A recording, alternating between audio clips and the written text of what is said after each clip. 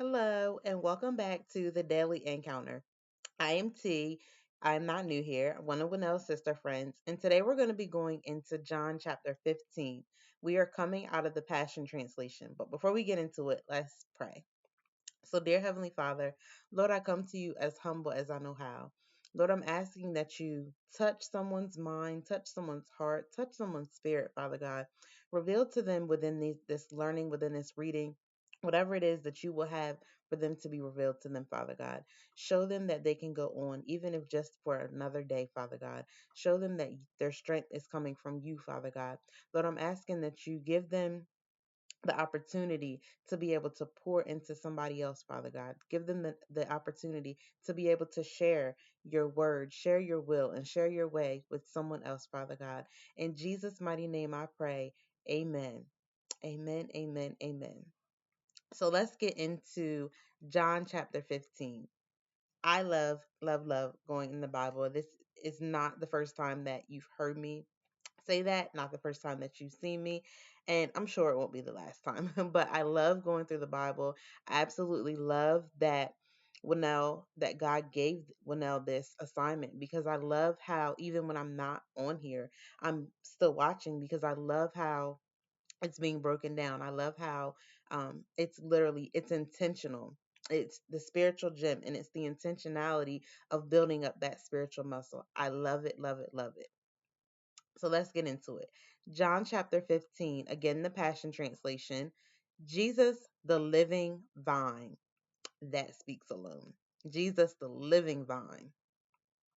I am a true sprouting vine.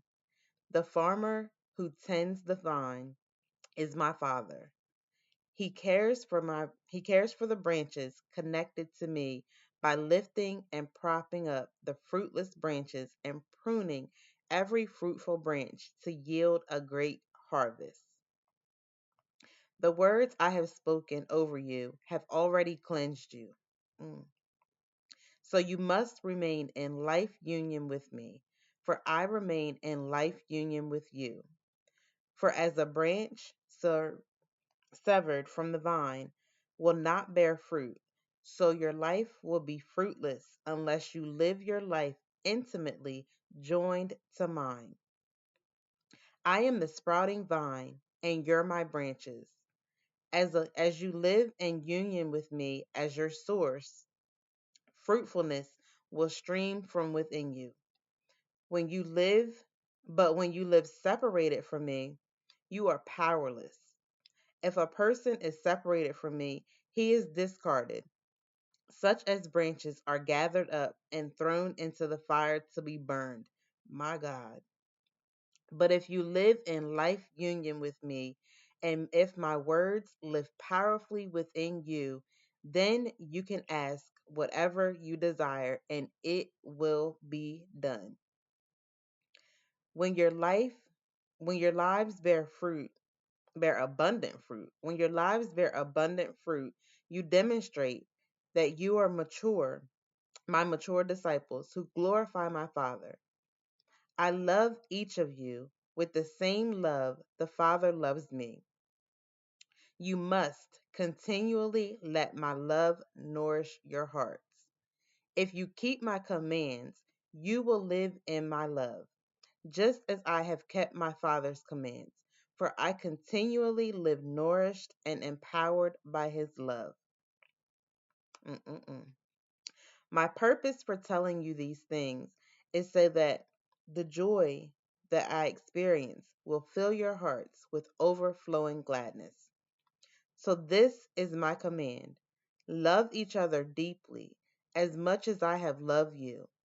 For the greatest love of all is a love that sacrifices all. And the greatest love is demonstrated when a person sacrifices his life for his friends. Oh, Lord. You show that you are my intimate friends when you obey all that I command you. I have never called you servants because a master doesn't confide in his servants, and servants don't always understand what the master is doing. But I call you my most intimate and cherished friends. for I revealed to you everything that I've heard from my Father. Oh, Lord. You didn't choose me, but I've chosen and commissioned you to go into the world to bear fruit. And your fruit will last, because whatever you ask of my Father for my sake, he will give it to you.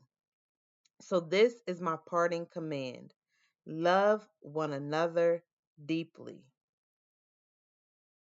That was through verse 17. This is the second part. True disciples can expect persecution. Again, another title that speaks alone. True disciples can expect persecution. Just remember, when the unbelieving world hates you, they first hated me. If you were to give your allegiance to the world, they would love and welcome you as one of their own. But because you won't align yourselves with the values of this world, they will hate you. I have chosen you and taken you out of the world to be mine. So remember what I taught you, that a servant isn't superior to his master. And since they persecuted me, they will also persecute you. And if they obey my teachings, they will also obey yours. They will treat you this way because you are mine, and they don't know the one who sent me. If I had not come and spoken these things to the unbelieving world, they would not feel the guilt of their sin. But now their guilt, but now their sin is left uncovered. I'm going to go back and read that again. That's verse 22. If I had not come and spoken these things to the unbelieving world, they would not feel the guilt of their sin. But now their sin is left uncovered. If anyone hates me, they also hate my Father. If I have not performed miracles in their presence like no one else has done, they would not feel the guilt of their sins. But now they have seen and hated both me and my Father. Verse 25. And all of this has happened to fulfill what is written in their scriptures. They hated me for no reason. Mm-mm-mm. And I will send you the divine encourager from the very presence of my Father. He will come to you, the Spirit of truth, emanating from the Father, and he will speak to you about me, and you will tell everyone the truth about me, for you have walked with me from the start. My God, that was a mouthful. That was a mouthful. So let's go back into it. I'm going to go back up to the top. Sometimes I start from the bottom, but this time I got to go back to the top. Sometimes you have to take it back to the beginning. Sometimes you have to take it back to the beginning to understand where you're going, to understand where you are in between, and to understand how far you've come from that beginning. Taking it back to the beginning gets you a greater understanding of the bigger picture. Taking it back to the beginning also gets you a greater understanding of the picture that you left behind you. Taking it back from the beginning means so much. Means so much. So let's get into it. Jesus, the living vine. That alone, as I said in the beginning, that alone speaks. That title alone speaks. Jesus himself, the living vine. First and foremost, all of this, the whole John 15 is Jesus speaking. The whole John 15 is Jesus speaking. So that right there tells you that there's so much to feed off of from in this one passage. And this is just one chapter of the whole Bible, one chapter of one book from the whole Bible. So that alone tells you how much you can get from reading the Bible. It gives you the whole meaning behind the daily encounter. It tells you why you need to open up your Bible. It tells you what you need to open up your Bible for, and it shows you the moves that you need to make throughout the day. Your daily encounters. Your daily encounter with Jesus, your daily encounter with God, your daily encounter alone, in the world alone. Your daily encounters throughout the day show you you.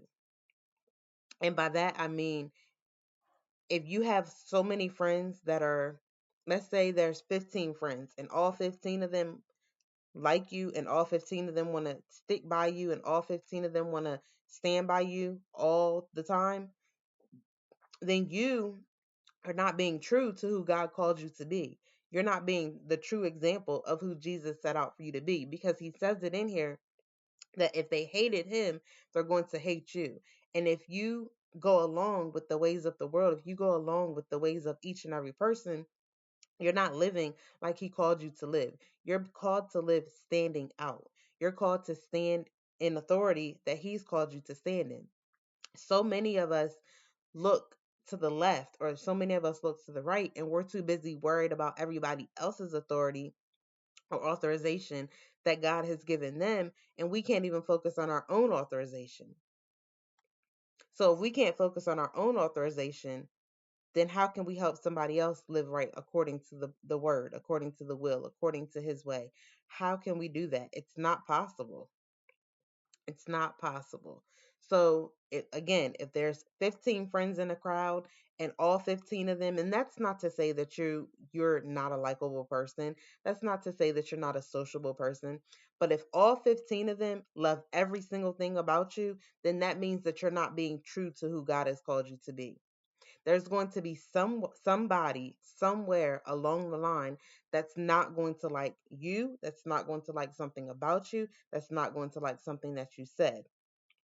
But again, it's in the word. It's okay. They didn't like Jesus, they persecuted Jesus. They're going to do the same thing to you. Of course, if you're doing what it is that he's called you to do. You're doing what it is that God has called you to do, and you're stepping out and you're telling the world about Jesus. You're telling them what he has done for you. You're telling them what he can do for them. Somebody along the lines is not going to agree. Somebody along the lines is not going to like it. Somebody along the lines is going to have something to say. But he warns us in here that we need to be aware.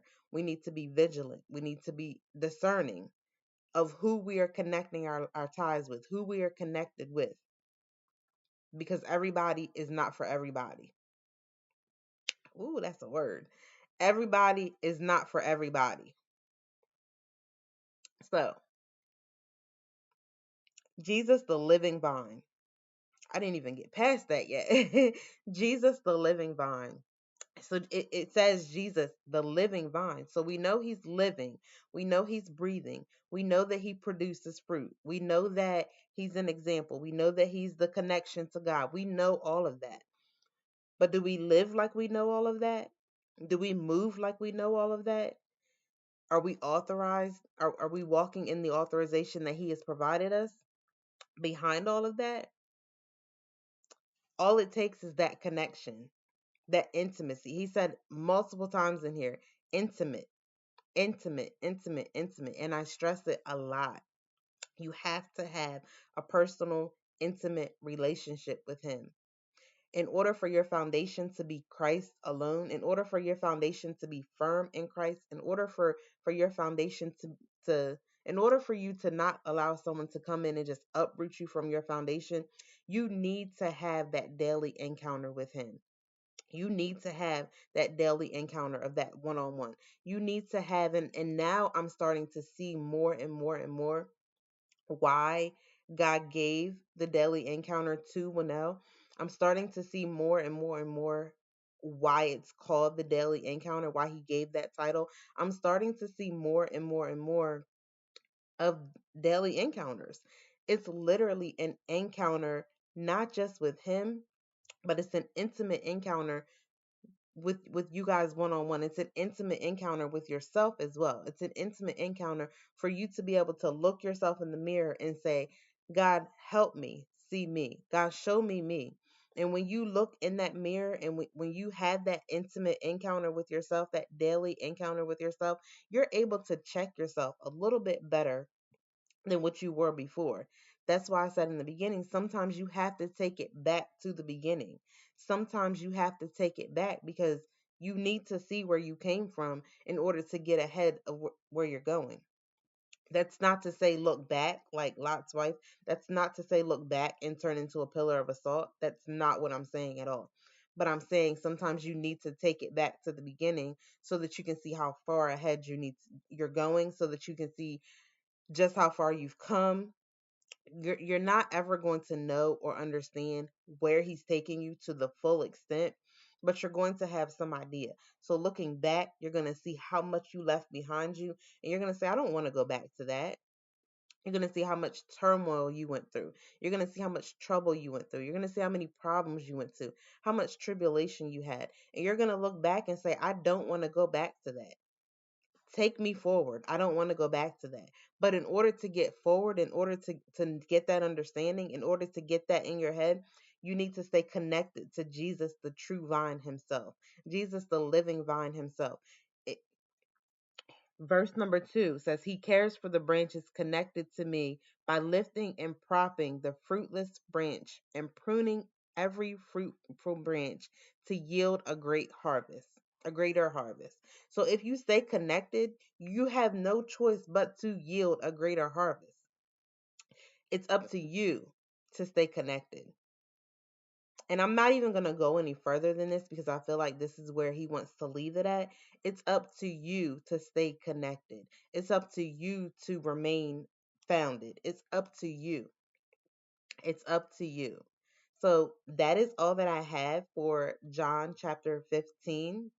I loved going through it. I love the revelation that he gave.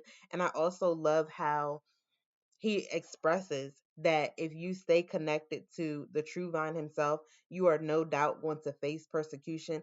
But then he follows up with the steps and the guidelines of what you need to do when you face that persecution. Turn the other cheek. That's what Jesus had to do. Turn the other cheek. So I hope and pray that something that I have said has spoken to you. I hope and pray that something that was read in here spoke to you.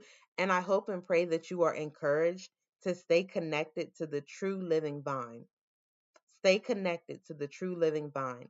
Take a glance back, but don't stay there. Take a glance back so that you can see how far you've come and know that you're going to make it ahead. I love you, and I hope and pray that you all have an amazing, amazing day. Thank you for joining the Daily Encounter.